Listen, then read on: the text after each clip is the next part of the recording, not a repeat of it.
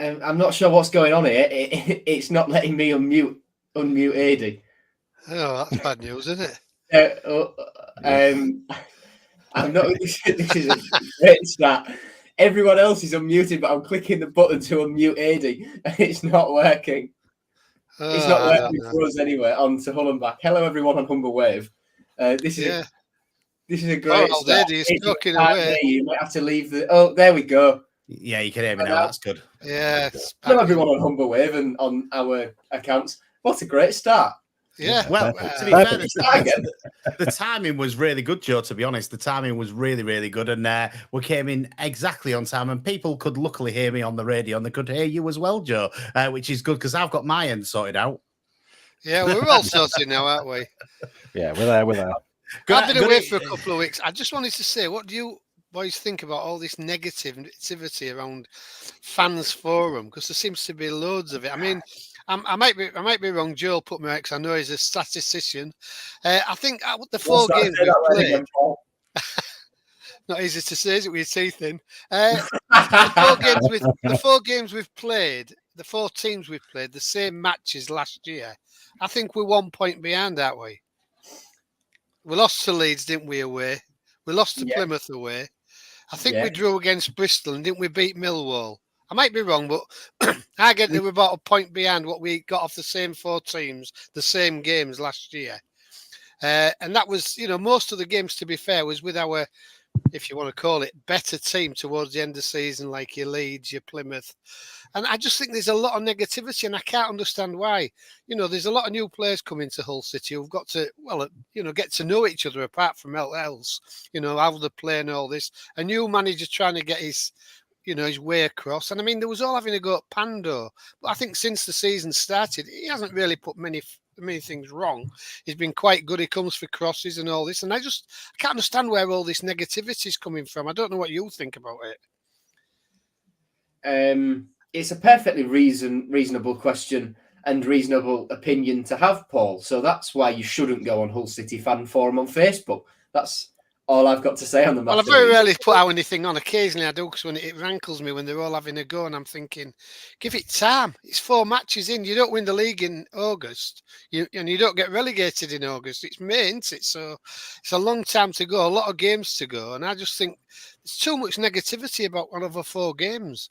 Oh my God! Me and my dad are going to fall out tonight. I can see it already. Why? It's not going to be, because I'm going to be a bit negative, to be quite honest with you. Not necessarily about the team. I'm going to be more negative about the club and the way that we've done things. I think that we've done. I've talked to a few people, Hull City fans. I've got a few pupils that are Hull City fans. I've got a few pupils that are fans of other teams. And when I talk to them, they're all sort of agreeing in the same thing, that we left it far too late to do our transfer business. Getting people in on the transfer deadline day. I was trying to find out the name of the guy, and I can't remember because I'm old and my memory's really bad.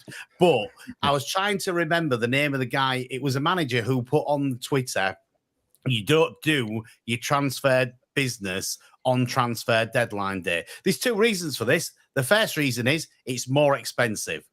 The second reason is you're waiting for those players to come in and to gel. And we now are very lucky that we're on the international break, because we've got the chance to have a little mini pre-season with these new players that we've got in. And we desperately need this mini pre-season, because you can see that the players, unfortunately, are not gelling together.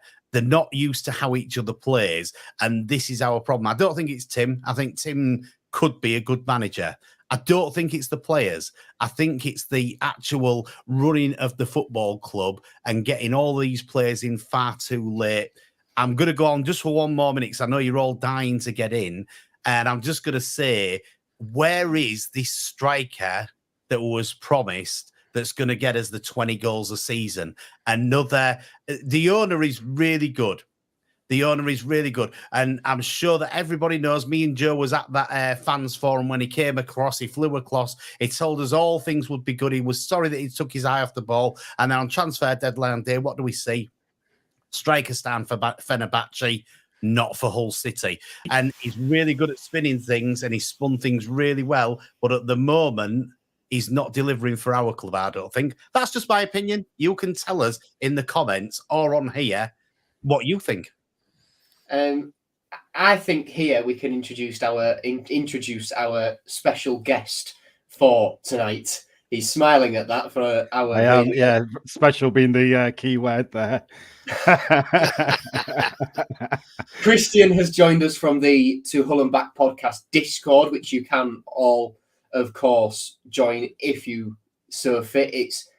Our intention behind it was a place to discuss City that isn't as toxic as Twitter or as damn right mental as the Facebook fans forum. And Christian is one of our sane City fans from that. Christian, how are you? And what have you got to say about thanks, that's a lot to take in, obviously, from all the points from Paul and Eddie. Let me start at the beginning with regarding to the beginning of the season, how the fans are reacting. I do understand that. I think it's more to do the negativities coming from the style of football at the moment. We understand fans aren't patient at all. We should all know fans aren't patient. And we're still seeing that almost the Rossi ball from building up at the back and not enough key kind of final finishes in the final third, which was one of the issues that a lot of the fans had with Rossi from last season. And I believe that was also one of the ways of why he left. I mean, that's just could be controversial with me saying that, but I believe that is one of the things when we brought in Walters, he would be the more attacking kind of, what was the word used? Special, fun. Heart attack football, which, have we seen it? The only heart attack has been with the defence being out there. Pandor, I will admit, I was probably on that bandwagon at the beginning, saying Pandor was not right. But hey, beginning of the season till now, he's done nothing wrong at all. I believe he's commanded the box quite well. He is communicating with the backline as much as he can. I still believe that he needs to press the backline forward with his mouth a bit more instead of just letting them come in. But that's still early days. It's a gelling system. And that's one of the problems that we've had at the moment. It's a brand new team, brand new manager, brand new style of play. Patience. That's all we can say. And this break right now, this mini pre-season, we've just worded it, it is needed. It is needed. And it's not more to do with the football side of things why it's needed. It's the gelling and the communication between each other and the players. Those link-up plays, you just haven't seen it in the first 4 games at all. You have not seen any link-up play at all. We've seen the ball going out really nicely to Miller. None of us can argue that Miller hasn't had a storming start. Could have finished a bit better. But he's very, very, very positive at going forward at the moment. It's swings and roundabouts, gentlemen, at the moment, where it's too early for anybody to criticize anything because we are in a huge transition. I mean, what other clubs purchased and lost as many players as we have this season? None. I mean, you can't count Chelsea because Chelsea just buy everybody under the sun. You know, they don't get rid of players. But for ourselves, it's a huge transitional time. And it's something that us as fans, do need to relax on, personally. See, it's happened from last season, really, hasn't it? We've got a lot on loan who was playing every week virtually if there was fit. And the players that we got left with, I mean, Greaves and Philogene was always going to go in my eyes. You know, unless we got in the Premiership, they was always going to go. So we was always going to lose the nucleus of our team. So it was always going to be a rebuild. Yeah, a bit like Eddie, who maybe was a little bit slow off the mark. I mean, John said that, didn't he? And, you know, whether he's got this striker, I don't know whether he could have got a striker. I seem to think, he was top striker last year, wasn't he, at Blackburn? They nearly got relegated. Smodics was the top striker in the league by an absolute mile, and they nearly got relegated. So I don't know if you need a striker. I mean, Delap only scored, was it 6 or 8 goals for us? It wasn't many. I know he was injured. He almost certainly would have been between 10 and 15. It could have been, yeah. I don't disagree with that. The lad brought something as well. He did. I agree. I like the lad. Don't get me wrong. I'm not having a go. He really brought something to it. Yeah. I just think, you don't necessarily. I mean, Smodix, was it 33 goals or something he scored last season for Blackburn? He virtually kept them up himself. He's not there this season, obviously, and have they bought a striker as good as him? Maybe not. These strikers are hard to find. I think you need more off the midfield. A lot more goals off the midfield. And we got a few last year. Tufan got 1 or 2. Obviously, Philogene, is he a midfielder? Is he a winger? I don't know, but these are the people you need goals. So 20 goal a season striker. I ain't too bothered about. We have got 2 strikers who may end up as 15, 20 goals. I don't know. It's still early on for them, isn't it? So it's hard to say whether we have got or we haven't got a decent striker up there at the moment. So I'm not negative at the moment. I'm quite positive. I think they've signed a lot of decent players, and I think hopefully when they gel, we'll see a big improvement in the way they've been playing. I have something to say on the midfield point, Paul, and this is quite telling, really, in terms of it comes from what the midfield need to contribute and the build-up as well that Christian was referring to. The stats from the Leeds game were passes against Leeds. Zambrano made 22 successful out of 25 attempted. Malem 20 successful out of 22 attempted. And then Slater 6 successful out of 7 attempted. So that's what, 20, that's around about 50 passes that the midfield made. Compare that to the Leeds game last year. Morton and Seri had 103 between the two of them. So it's halved the amount of time our midfield are spending on the ball. The midfield were totally bypassed against Leeds, and that's why we had no control in the game. I like the look of Zambrano. I think Miller, there is a player in there, and he's a player that can get fans, bums off seats. But the issue is, I think, one, he can be a little bit too predictable in terms of he always wants to cut inside, and he's afraid to use that left foot. Absolutely petrified. Yeah. And as a result, we've now got a big man in the middle who we can put crosses into in Chris Bedia. He's 6'3", and he's a presence. He can fight for headers in the box in a way that Oscar Estupiñán couldn't, because he's 3 inches shorter. It's funny that you brought that up as well, actually, with regarding the height, the central midfield, the passing. Excuse me. With respect to how we were doing with Millwall last week, the style of play, there was it was Jones, and he played it to Zambrano, and Zambrano just did a lovely through ball up front. It's the first ball I actually saw the centre back play to a central midfielder, believe it or not, that whole game.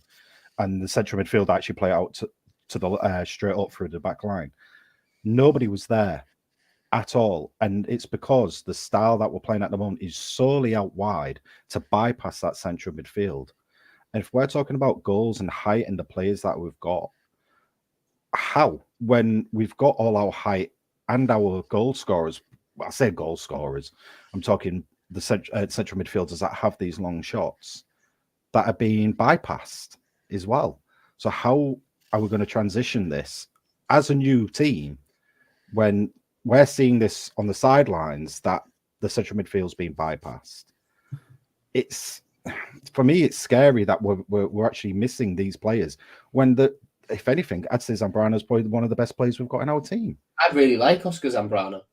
Yeah, I think he came into. He's come into the game a bit more. He was definitely better in the Leeds game. I think that he's lacking of. It's like I said earlier. This lacking of a pre-season of playing together is a difficult thing, and I think it's probably going to take us until the end of September till we see Hull City actually, the team and the players that we've signed actually playing together. I think personally we've got to write off the Sheffield United game. If we've got a draw out of that, then I think we've done well.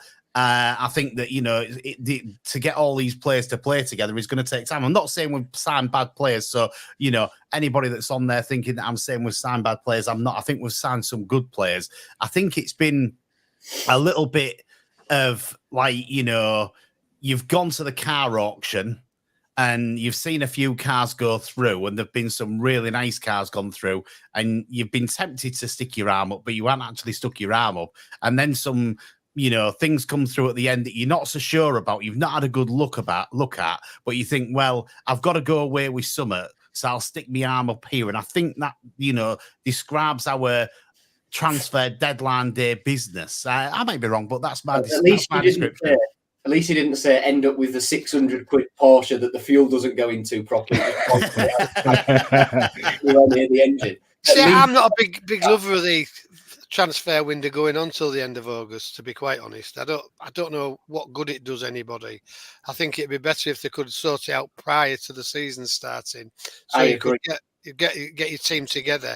I think it tends to I know the Euros didn't help this season. I suppose a couple of seasons time the World Cup won't help neither. But to me, it doesn't really help anybody, because most teams want to strengthen the teams. They're waiting for the Premiership maybe to get rid of 1 or 2 players, or buy 1 or 2 and see what they've got left. This is where the loans come in. I don't know. I just think maybe the buy-in. I don't know. I don't really enjoy this August business, especially because we've ended up till the end of August signing players, haven't we? Which, you've virtually written off August. We haven't done too bad, but we have virtually written off August. Well, you said when we came on to do this show, before the first game of the season, if we got 4 points from August, we'll have done well. We didn't do well because we only got 3. Well, yeah, I thought that it was a tough start, especially with players weren't there, were they? There was coming in dribs and drabs. Yeah, a couple 1 week, a couple another, 2 or 3, and it just doesn't help anybody. I don't think anyway. I don't think the system helps. Obviously, we could have jumped on a bit earlier. He already put his hand up and said he let it all sort of slip away from him, didn't he? So we've just got to sort of hope and pray that the players they've got in, and I think there is some good players among them, if not all of them. I think, they've got to hope and pray they all gel. The only thing I'm a bit, disappointed, this Hughes, why we haven't put him in at all.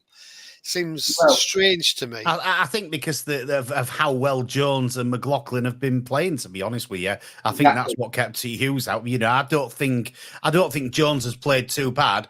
I think McLaughlin's been better than Jones in the start of the season. So you've got to play badly to get your players taken off you, haven't you? Else it sends the wrong signal. Yeah, that's fair enough. I don't think he had 2 last year, though, did he, McLaughlin? Oh, Christian doesn't agree. Look at him. He's chomping here. Come on, Christian.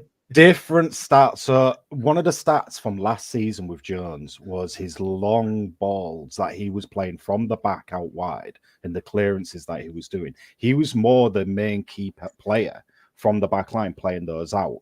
This season, not all. It's now going over to McLaughlin, who's actually the player who's doing the runs forward instead and actually getting the ball. I think that's because McLaughlin's more comfortable with Tim Walter's way of playing, isn't he? I think that's the change. Seems to be the thing. Yeah, of course it is, and so I understand that, but I don't think when you look at the defence against Leeds, I don't think the defence played badly. I thought they had a good game.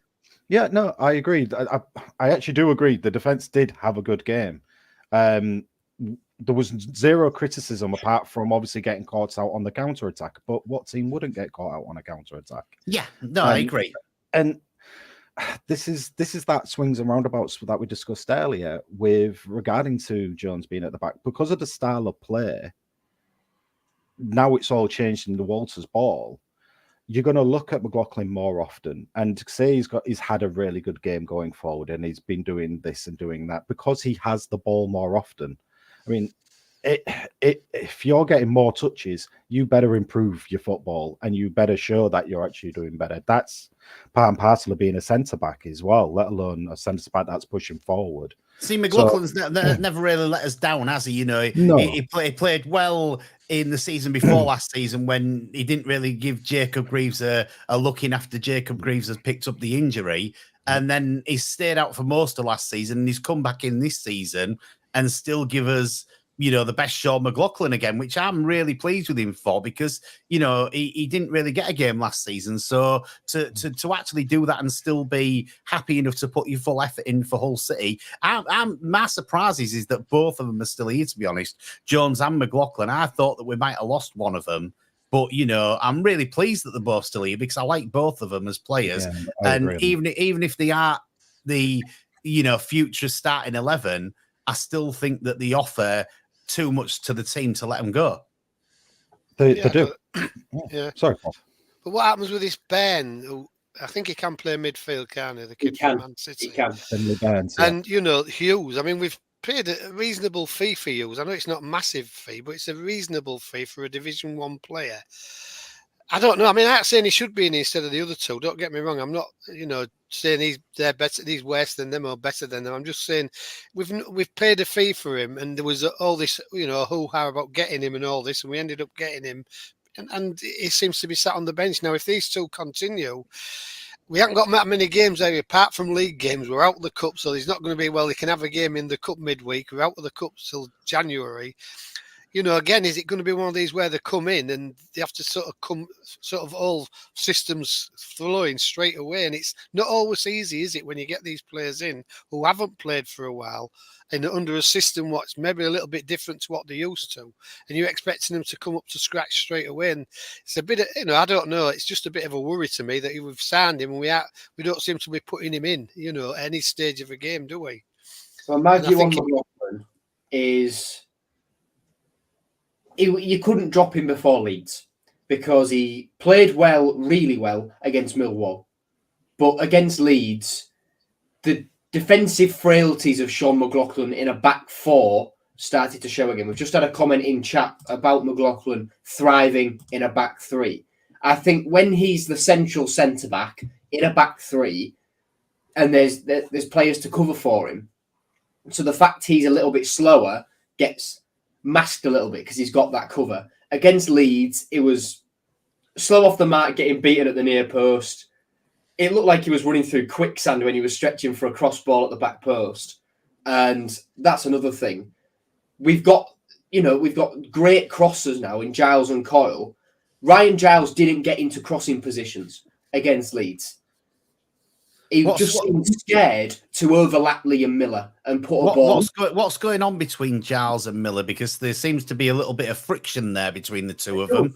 What's the problem? I wanted to bring that up as well. Yeah, what is going on with that? That was really one opportunity, wasn't there, where Giles was overlapping Liam Miller in the second half. Miller's on the corner of the box, far side from where the away fans are. He's got an easy pass to Giles, and he just doesn't make it. I am shouting my head off, shouting, Miller, this is the one time the best crosser of a ball at the football club is in a bleep crossing position, bleeping passing the bleep ball.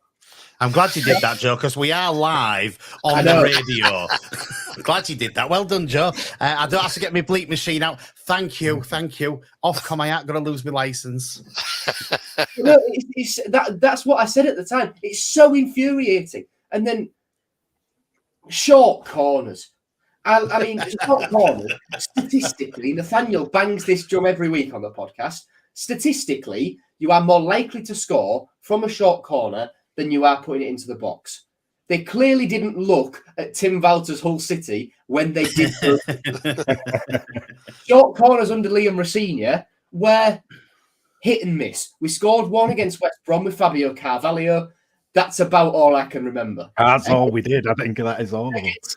Yeah. Well, against Leeds and, throughout the whole start of the season, they have been utterly abysmal. And to be fair, we aren't very good at any corners, are we? It's not a regular goal-scoring opportunity. It's never been the Hull City strong suit, let's be honest. It's like throw-ins. Stuart Elliott days, maybe, but, that was about it. On the podcast the other day, the main episode, I said, we had Jared Bowen and Kamil Grzycki in our team taking corners, and they couldn't get it past the first man. So that just about sums it up, really, doesn't it? Yeah. No, it does. It does. We've got to say today, by the way, congratulations to our owner, John, who's got married today to his partner. So you'll probably seen the pictures out there on social media, but congratulations to a John. I'm wondering, I think he'll be over his honeymoon by a week on Friday when we play Sheffield at home. And I'm sure that his bride will join him in the director's box on that day, which will be great. You never know, he might get a round of applause for that, might he? I mean, I'd imagine Ija, his new wife, will want a honeymoon, but But he talked about how busy he is. Has he got time? Yeah. I'm not sure. Or is it just going to be, oh, come on, Weekend love. away. I'll take you out to Barboon restaurant in Istanbul, which is, by the way, Ajun's favourite restaurant in Istanbul. Isn't it just a constant holiday though if you live with a Jun? Because let's face it, he's on a plane, he's going all over the place. You know, you're seeing different countries however many times however many times a week. And I mean, it's totally different lifestyle to us. So I'm sure she enjoys it, and I'm sure it is just I'm sure it's a barrel of laughs at times. It's maybe not all the time, but I'm sure it is at times. Maybe they'll go to Hessel Foreshore. Very romantic. It could end up going with beach, which I did a couple of weeks ago, and I enjoyed it, to be honest. And the fish and chips in with is really nice. So there you go, Chairman. If you're looking for somewhere to go on your honeymoon, get down to With Beach, some fish and chips. You can't go wrong at all. Treat her to an ice cream after the fish and chips, and she'll be happy forever, I can tell you. And then they go in the amusements. Yeah. Have a pound. 2p's, a load of 2p's. Is this a whole city podcast? Can I just ask? Anyway, yes. Really good. The thing that we're not short on is goalkeepers. No. Maybe should put them all in at the same time. What we're going to do with all these goalkeepers, Christian? I can understand the purchase. Okay, I can. Yes. You can't say no. You can't say no. If someone of that quality comes available, you can't turn it down. You have to go for it. I'm sorry. I understand like who we've already just purchased, like Pandorn, but you're looking at an England under 21. You're looking at someone up and coming. You're looking at future talent, and Hull City have got this brand anyway from last season of progressing talent. You've got to go for somebody like that, especially if someone that actually gets to the stage of really enjoys it. I don't know what the clause is after it. I know we've got him on loan, but I don't know if we've got no option at all. Puerta, Bedia, and Zambrano. Yeah, we have obligations / options on. For Puerta, it's obligation if clauses get hit, but then it's still an option. Zambrano, It just says option. I'd imagine that option is if he lasts the season without a doping ban, then Hull City, he's yours. Chris Bedia, I think that's just a straight option. Finn Burns, Kyle Rushworth, no options in there, just straight loans for the season. Yeah, but Rushworth, you can't say no. Is Rushworth gonna? I mean, I ain't gonna put Rushworth in the next game because I don't think that Pandor did anything particularly wrong against Leeds. Again, you know, I know he's got 2 goals against him, but I don't think that was his fault. I thought he had another reasonable game against Leeds. So, you know, for me, I understand, you know, he's a good goalkeeper and everything is Rushworth, but at the moment, he's not getting in my starting 11. No, you can't put him in. You can't. For me, the signing of Rushworth, it will embolden Panda because he will think, right, this starting opportunity, I waited all last season for this. I've started well. This is mine to lose. And I think that will motivate him and push him to be better because Kyle Rushworth was one of the best goalkeepers in the Championship. And I agree with Christian's point that when you've got the chance, the opportunity to sign one of the best goalkeepers in the Championship, you have to snap it up. What I think it does do is demoralise Anthony Rachopi because he came in, played in the Champions League last year. He's left what was pretty much a guaranteed league title at BSC Young Boys, the fight between them and Basel, and playing in European competition, to being third choice at Hull City in the Championship. What is at the minute a struggling Championship team. And you had your debut where he made a good save, yes, but people will forget about the one good save because of the one glaring error that cost us a goal, thus the game. So, like I say, I think this just demotivates Anthony Rachopi, and it begs the question for fans: what was the point in the signing if Rushworth were to become available? Did the club know they'd have an opportunity to get Rushworth later in the window? If so, why did they go out and spend just shy of €1 million on Anthony Rachopi? And, we spent €1.5 million on Panda as well. What's going to... What I can see here is Anthony going and Rachopi in, Pandor and Rushworth and saying, that's my place. Did you like how I did that? No, you didn't. Anyway, it's a dad joke. I'm sorry. Good attempt. Yeah, we've gone from Withensing out to the comedians. I'm going to go in a minute. You're all going to go off. It takes us back to the beginning of the show, though, doesn't it? With how we were saying earlier on about doing purchases right at the very end of the transfer window or trying to do business. If I'm assuming Carl Rushworth wasn't available at the beginning or even middle, or wasn't even on anybody's radar until the last 4 days, and it kind of that's one of the reasons why the purchases are done at the end of the transfer market, because you do not know who comes out. You just don't know who's going to make available from bigger clubs. Do you think, Christian, that losing Lee Darnborough and then ending up with Stokes? I don't even know his name. Joel. Yeah, there you go. Ended up with Stokes. What do they call him? No. What do they call the job that he's doing? Head of recruitment. It ended up with that head of recruitment. Is that something that we've done wrong there, do you think? It's, again, time will tell, I think, on that. It is, yeah, it's time will tell. You can't say for sure. We don't know. I mean, I understand the way we've done it, and I understand the people we've got in. It has to be done. It just has to be done the way it is, because we do not know what other clubs are going to make players available. They're still... Clubs are going to be holding out. Bigger clubs are going to be holding out for new players to come into their club. Once they've guaranteed a player is coming to them, that makes a place available. It makes a player lose a place in that team, but available for someone like us who could take someone from a Premiership team, like a Man City, like a Liverpool, and that's the reason why we have to hold off at the moment, is because we do not know who's going to be coming available. And like I say, getting this head of recruitment in, the only reason why you would do that is because they've got their ear everywhere. That is the only reason why you would get... They must have an ear and a direct line to somebody who knows inside information better, because that's unfortunately the way we're at the moment with the full rebuild. We need people like that to find out who's the best, who's going to be available.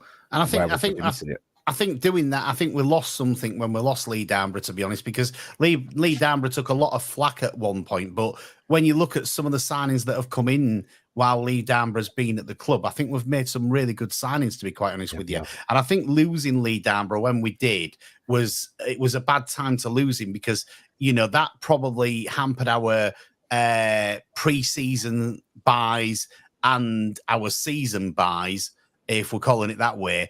I think him going probably lost us a little bit of that, because I think, he was part of the team. The team obviously worked quite well together, and they'd made some good signings. I also think, what you said, Christian, at the start of the podcast tonight is a really good point. We lost too many players, and we had to bring in too many players, and we've got to make sure that going forward, we don't make this mistake again that we've made this season. We have to work it better than we've done this season. We have to have more players that are under contract, that we're not looking to move on, that aren't looking to go themselves. And we need to be in a better position at the start of next season, so that we don't have this problem going forward again. Because, I think this season, best we're going to hope for is mid-table, unless we do something really, really good. I suppose January market. I was just saying, we've got the January market yet to dip into. So that's where you're looking at. A few, though, aren't we, this time? We have signed. We signed some, but I think the players that were signed, we've not signed some bad players. When you look at Palmer coming in, he's a good player. We've got some good players in there. I'm just wondering. You've said it many a times, Dad, when we talked, and when you talked on all these podcasts and on the radio and everything. Keeping all of the players happy is going to be the hardest thing that he's going to do, because we've already talked about the defence, McLaughlin, Jones, you've got Burns waiting to come in, you've got Hughes waiting to come in. How do you keep all of these players happy? I think it's so difficult. Well, it is, because, even at right back, Coyle has played really well, hasn't he? But the other kid from Leeds, what I've seen of him looks a decent player. And, you've got Ben who can play midfield, but then you're looking at maybe Simons or Slater or somebody like that moving out. It is going to be really hard. You've got Zambrano, you've got Omar, should I say. You've got a lot of players, haven't you, vying for, 11 positions, really. I know you can sit on the subs bench, but I don't think a lot of them want to. And you're asking a lot for a player to come off the sub bench and make a difference. I know some do, but a lot of them, it's not easy for them to do that. And it is hard to keep them all happy. This is why I think you just need a decent nucleus. I don't think you can have too many players, I think, and my worry is this season a little bit like last season. We have too many players. I know we haven't started, but we've had 11 players on the pitch. Which of them would you drop for the next game? And put in a new player. This is the sort of thing. We've already said Pando probably needs another game. I don't know. Where do you go with it? This is what makes a good manager, isn't it? I think. On that, keep them all happy. On that, let's do it right off the bat, off the cuff. Who would you start against Sheffield United? Everybody's fit, but not that bears into anything, because Dokan Sinek won't get in anyway. So who are we all playing? You're a bit cynical there. Dokan Sinek's never going to be fit. Yes, Sinek, could you imagine?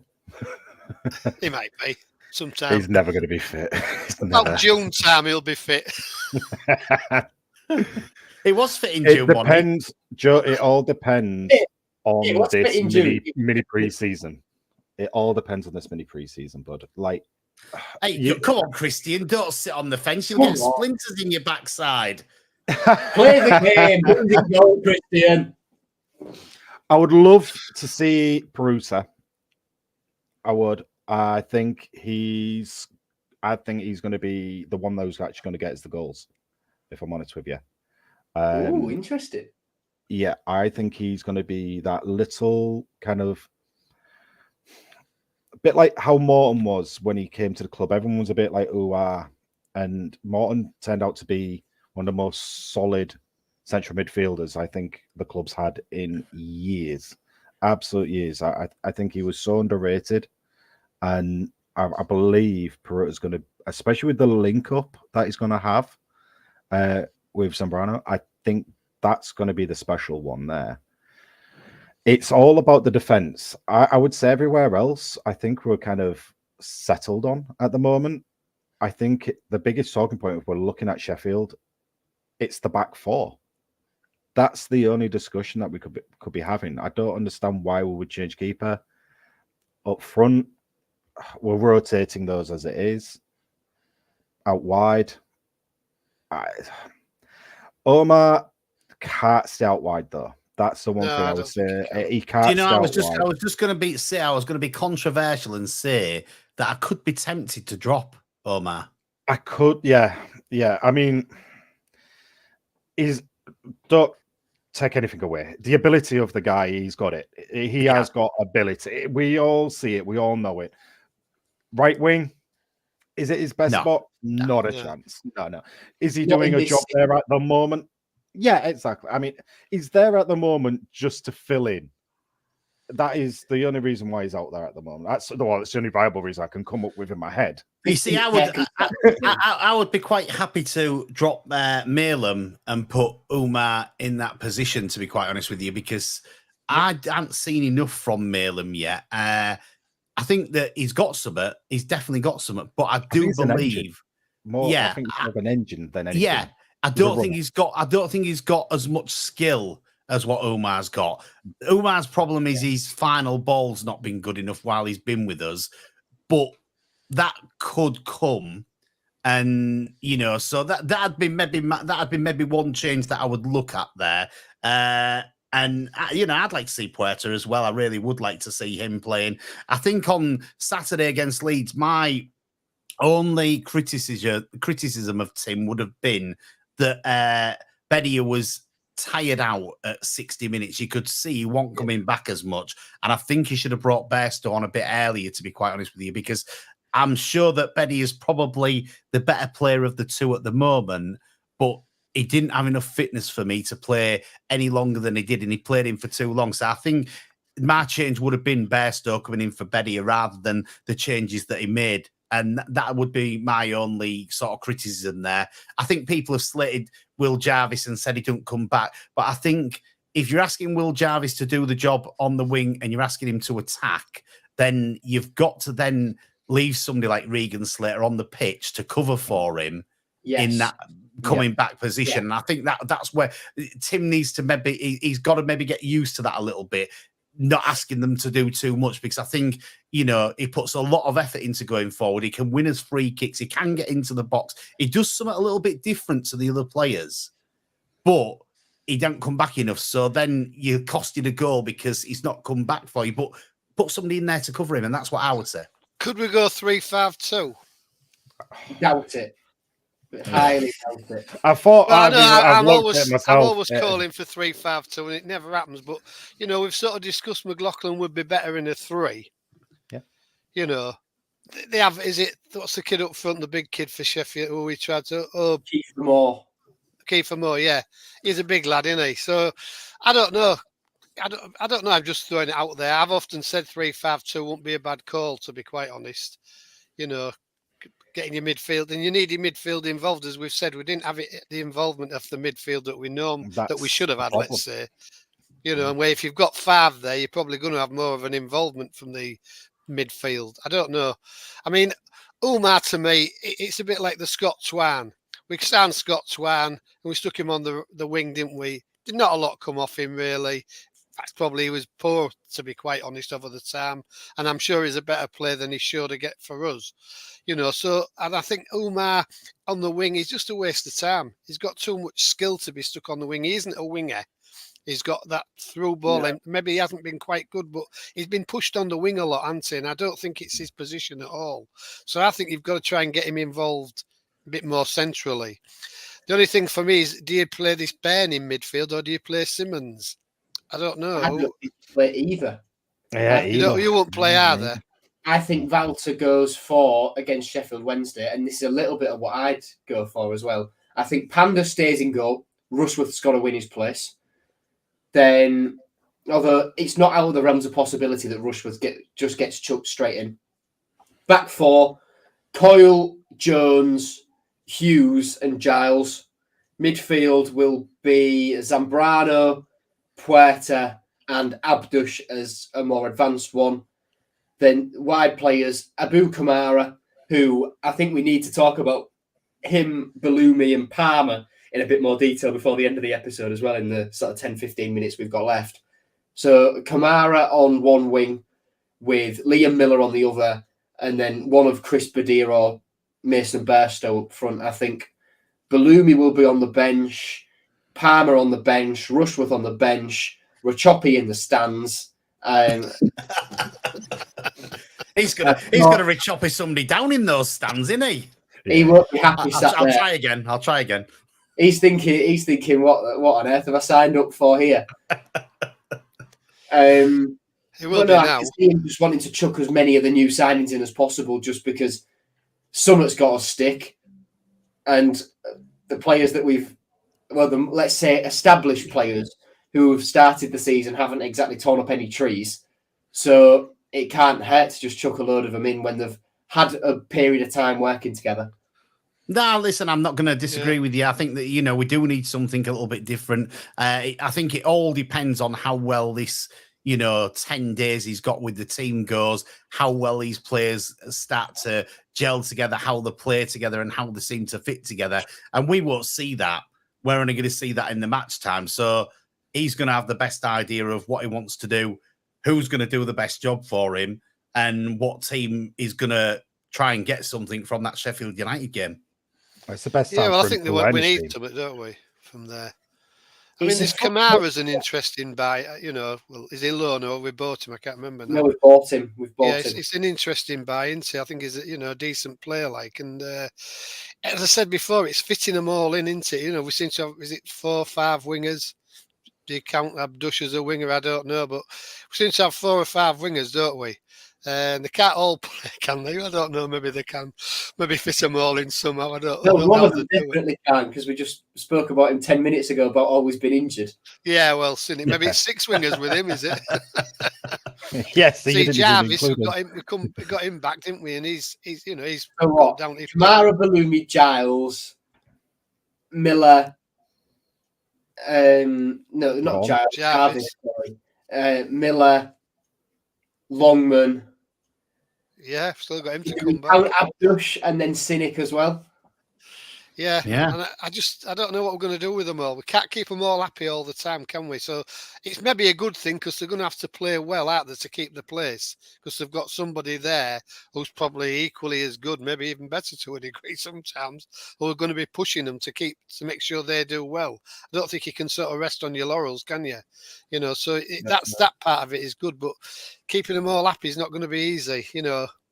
The one thing you can say as a Hull City fan and doing podcasts or radio shows, it's really good for us, because they always keep it interesting for us to Hull City, don't they? You know, they always keep these things happening that makes us have something to talk about on these podcasts and on the radio show. There's always something to talk about, it's really good. I've always liked that as a Hull City fan. As you say, there's a lot of banter, if you want to call it that, on Facebook. But, you know, it is basically because they give us so many things to talk about and so many talking points that we're all here and, you know, having a bit of fun doing it. Yeah, well, I think a lot of people seem to see us as a Premiership club, and I think we're a decent Championship club, and they always expect these big signings, and, you know, because we had a good season last year, you know, we should do better this year. We should have better players, but I think we're just middle of the road, maybe slightly higher Championship club. That's my opinion. We've got some decent players. We did well last year, but I think if we'd have got in the Premiership, I'd be saying, well, what score are we going to get beat today? Rather than out else, because, you know, we haven't got a strong team, have we, in that respect, you know, a strong sort of nucleus of a team. Hopefully this might change this season, because we have bought a few, and there seem to be, you know, 3 or 4 year contracts, which I think's good. You know, it's one thing that I did put to him at that supporters meeting, that we'd had too many loans and we hadn't bought enough, and he did say that he was going to try and buy more and do less loans, and he has done that. So he has done what he said he was going to do in that respect. All the loans have options in them. Zambrano. Yeah, he's done loads of options, which is being key. Which is good again, isn't it? You know, that's what you want. You want next, I mean, obviously I'd love us to do well this season and get in the top 6 or whatever. As you said, Eddie, probably mid-tables, you know, what you'd be looking at. But if we could, then we get into that top 6 and, you know, get to the promised land. You know, we have got the nucleus then of players who have played together and are going to stay together. You might have to buy some other players as well to help them along, but always having that nucleus is, I think, it's good, rather than, you know, like, I mean, Forest struggled, didn't they, when they did it? What was it, 13 or 14 new players or whatever, when they went in the Premiership? More than that, it was. Well, I think it was more. I was trying to be nice to them. But yeah, that's what I say. I think the best having a nucleus of a team. I don't think Luton bought that many players when they went up. I know they've come back down, but they had a reasonable season in the Premiership, played some good football. Very, you know, they were entertaining. The games was entertaining. And I don't think they went balmy in the transfer window, did they? Or out like that, or got any major signings. So I think that's the way forward, getting a nucleus of a team who can play together and keep them together, and maybe just add bits and bobs here and there where needed. What I'd like to see really is... An interesting question in chat from Coxie on that point, Paul, is looking at the end of the season, will we have had a good enough season, and will we show enough promise for next season to keep the players who have good seasons? We know Abdush came here with massive pedigree. Does he stay if we're in the Championship another year? Does Zambrano, if he doesn't get banned, kick on higher, because he was certainly linked? What happens with Gustavo Puerta? These are all valid questions. Yeah, they are valid questions. Yeah. What do you think, Paul? Yeah, they're not, the reasonable questions. It's like, the Greaves and Philogene thing. I don't think anybody thought they would be here this season unless we was in the Premiership. And you're going to have players like you've said about McLaughlin and Jones. Could there some clubs have come in for one of them too? It is all it's a bit of luck of the draw sometimes, whether the player wants to stop, whether he sees something good happening and thinks, I want another season here to make it happen, or whether he thinks, I want to be in the Premiership and doubling my wages, or trebling my wages, or what have you. So it is an hard thing, Sometimes or going to Saudi Arabia and getting paid, I think it was like £2 million a month, I saw, was what he's got paid to go across to Saudi Arabia, isn't it? Ivan Toney gets 66 pence every second. It works out. But going back to the whole City thing with the players, do we keep them? I tell you what, I'd like to see us doing some attacking football like we've been promised, and then if them players are playing well enough, if we have to lose them, we lose them. But I'd love to see a really good season of us playing some attacking football and, scoring some goals. And even if we lose 4-3, as the chairman said, or 3-2, then I'd like to see that, because last season for me was a disappointment at home. We weren't scoring enough goals, and I didn't come away from any of the games saying that I was entertained. And I think we need, to be entertained this season. I'm hoping Tim comes good on what the chairman said and being an attacking football manager. And if he is that and he brings these players on, then if we don't go up, then, the players, as you say, will probably go. But at least we've seen some attacking football and enjoyed our football actually going to watch Hull City for a season, because I think that's what, as fans, what we want. We want to go to see the club and want to enjoy doing it. Well, I think we did entertain a couple of games, maybe more than a couple, but the Leicester and the Ipswich games stand out. I wonder if, to be honest, against the, as this isn't meant as a slight at anybody, the poorer teams, as it was maybe last season, we was as poor as them. But when the better teams came to town, we looked a decent team. And I just wonder if it was the fear factor of, playing a poor, a poorer team that we can't lose, and they was frightened to do anything. Where against you, Ipswich and Leicester was we expecting a win? Possibly, I don't know, but it was a better sort of game, a better atmosphere and everything. And against your Stokes, when you think, well, we're going to get 3 points here, and we was awful, weren't we, against Stoke? I don't think we had a shot on target. I don't know if we had a shot, to be fair, but I don't think we had one on target. And you just think, is it a fear factor that's put there by the manager? Hopefully, if it is, he isn't the same type of manager, and he goes out and says, go out and entertain. I don't know. At the moment, they are entertaining that much, I know, but you've got to, I said earlier on, you've got to give them a little bit more time, I think, like you said, maybe end of September into October. But you'd like to see a bit of good attacking football, and you say, you'd be happy to lose 3-2, then come away with a 0-0 or a 1-0 defeat or something like that, and you think that was awful. I don't know what you lads think. If we're losing, I'd rather a score draw than not a score draw. Sorry, a game we lose, like you say, a 3-2 than a 1-0. But it's crazy to say you'd rather lose 3-2 than draw 1-1, because if you draw 1-1, you still go down, Joe. Well, no, but we've established that you need points in this division. We had a poor run last season, where just between sort of February and Easter, and then we picked up, but we realised you still can't play catch-up. If you're chucking away a point here and there, they all count. And I disagree with you massively on this, because I think you've always got to take a point over no point.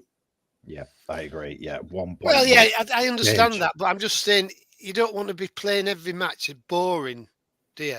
You want to be entertaining. You want to be on the front foot. That's my thing. And yes, if you do happen to lose 3-2 the odd game through being on the front foot, so be it. But you're going to win more games by being on the front foot, because you've got to be positive, haven't you? And that's the thing that we weren't enough last season. We weren't positive enough last season. We need to be more positive. And listen, Joe, I get what you're saying. And no, I don't want to be losing games. I really don't. But I would rather see a 4-3 than a 0-0. Yeah, I mean, I see your point, but I don't know. For me, I'll be as stubborn as anything on this. You've always got to. Not like you at all, Joe. Not like you at all to be stubborn. We've got 1 minute and 30 seconds left on the radio. We can go on all night on the podcast, but on the radio, we've just got just over a minute left now. It's been a good episode. I've really enjoyed it tonight. I don't know about you guys. I have, yeah. Brilliant. Thank you. Quickly from me, we haven't spoken about one of the signings. He's not even been mentioned. Mohamed Baloumi. I haven't got a clue. It's not like you, Joe. I'm very surprised. Deadline day was a week ago tomorrow. When it hits 1 o'clock ish, and that rumour will have been out a week. Before that, I didn't even know the bloke existed. He's just blown in on the wind like his name Baloumi. My little tagline on the podcast episode where I've got Mum Get the Kamara now underneath my name, it was Baloumi Socks Off on Sunday. Man. And they all have a go at my jokes. It's terrible, isn't it? But it's been a good episode here on Humber Wave Radio and on to Hull and Back podcast. Really enjoyed. Christian, thanks very much for joining us tonight. Been really good to have you on. Yeah, thank you very much for having us down, lads. Yeah, sure, you'll be back. Joe, thanks for doing it as usual. Yeah, not to worry. The old man's finally come back off his holiday. I'm entitled to have holiday. Let's hope that he don't go on holiday again for a bit. So you've been listening to Humber Wave Radio here with me, Eddie Wright, Paul Wright, Joe, who's old grandpa Joe, and Christian. I don't know what your tagline is. Not at the moment. No, I'll put it down later on if we ever need one in the future. But I don't have one at the moment. I'm being good. I'll be good. Right, we'll finish the radio. There's the radio gone. I'll just do that. There we go. So radio's finished. Let me see if I can just get rid of that in the background because you'll be hearing that, won't you? There you go. And that's just about everything from the podcast side as well, is it not? Yeah, no, I'd say it is. It's gone really well. We'd like a few more people to comment next time we're on. Yeah, well, I've been quite poor on chat. Actually, there were a couple that were in conversation. Yes, Coxie, the last time we won a game was Coventry away in April. Correct, says Tyneside Tiger. I'm tripping over my words. Sorry, everyone, I'm ill. Correct that we won't see what we're capable of for another month or so, but the risk is based on results so far in upcoming games. We could end up with 10 points from 12 games, being in or around the bottom 3. Someone mentioned Steve Bruce taking the job at Blackpool. I don't think we missed a trick going for him, Appleton, Zachary, Stephen. I think Steve Bruce should be, to do with Hull City, consigned to evenings with when he's not on holiday. What do you guys think? Yeah, I don't think we missed a trick at all, to be quite honest. I think Blackpool's probably his level now, to be quite honest. I said last night he's gone there for a pension top up for his next holiday. Probably, yeah. Exactly that. Yeah, probably has. Yeah. He's had his days, hasn't he? But I think I'm quite happy with Tim at the moment. I mean, obviously, results and where City finish in the league will decide whether he was a good or bad Hull City manager. But you've got to give the fella a chance. He hasn't had much chance, has he? He got a squad that really worked together at the time, and he's had to get all these sort of loan and buy players, and it's all been last minute. I just think you've got to give him a bit of time. I'd be quite happy after about 15 games if we had 23 points. I won't be unhappy at that. I know it's getting there, and obviously you've got to get to 23 points, but I think it's doable. I think it's just got to get the team to gel and get his players in positions where he wants them, and they've got to listen to what he has to say. That's it. Like, the manager doesn't fully know every player. Don't get me wrong. He's looked at the players. He knows potentially who he's buying, but he doesn't know them completely. He doesn't know who's going to link up with who. He doesn't know how they're going to interact with one another. And the players obviously don't know that. We are talking a huge, huge task in such a short space of time. I mean, it can't be like Rossi when he came in and he did those substitutions or formation changes at half time, and he was getting praised at the beginning of the season when he first took over. And it was like, wow, Rossi.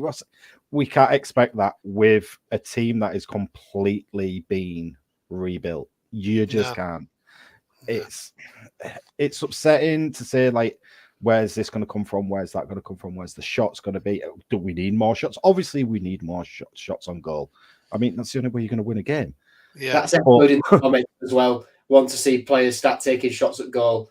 Yeah. Try not to walk it in. But that's then it. again, last year we was the same, weren't we? We didn't shoot a lot. We didn't tried shoot poking enough. it in. No. Yeah, but at the moment, you can't just go, there's a player, pass the ball, there's a shot. There's a player, pass the ball, there's a shot. Because when you do those, that's when the mistakes creep in, and that's when you get caught on the counter because of the style of football we're playing so high up the pitch. We're literally committing a centre-back running in to the box. If you lose that ball, every time it is squeaky bum. It is squeaky bum. Like, it's scary, but the need that these 10 days are vital. And I mean, it's huge. And if we get something out of it at the end of this next 10 days, we'll all be singing his praises next week. Oh, well, sorry, in 2 weeks' I hope time. so. I hope so. It will be. I think a thing that we didn't do last year, obviously we hadn't started this year that well, but it's scoring the first goal. Yeah. You know, we didn't do it often enough last year. A lot of the games, I think over 20, I think 25 or something like that, the other team scored the first goal. You can't keep going. Still, you are. We're still starting off slow. Yeah. That's the thing. Yeah. We're waiting for the other team to score, and then we come into it. Yeah. We did that too often last year. I think that probably cost us top 6, to be quite honest. But, you know, it's a new season. I'm just hopeful, as you say, things will gel in the next few days and they'll put a reasonable display up against Sheffield and then move forward from there, you know. Because I think there's another week gap to the game after. Yeah. It's Friday to Friday. Yeah, so it's a week's gap in it. So they've got time again to sort of gel a bit more if they need to. I don't think Sheffield's I don't think we'd expect no point against them. I think we could get a draw at least, to be quite honest. I think it's a free hit. You are? I think it's a free hit. That's why I said chuck as many signings in as possible. Yeah, well, I think it is to a degree, but I don't think they're that good, Sheffield. I think they're a decent team. You know, they'll be at the top end. They might even be in the top 6, but I don't think they're that good. I think they're all right, a good championship team, and they will take a bit of beating. And we haven't got a great record against them, have we? So, you know, that's always the thing, you know. But, you know, we might turn it around. I'm hopeful for a draw. You know, I'd like a win, but you've got to be realistic, haven't you? You know, yeah, I think we've I'd got take a the draw. semi-final against them, and that's it, isn't it? That's all we've got. Yeah. That's all we've got. We'll have that. We'll have that forever. I think that just about does it, doesn't it? So, Paul, Christian, thank you.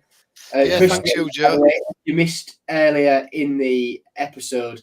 Christian's coming from our Discord server, which you can all, of course, join. It's on our link tree, and that's in the links of all the different social media profiles. So if you want to have a look on there and join, be our guest. And then Adi and Paul, of course, the Humber Wave lads.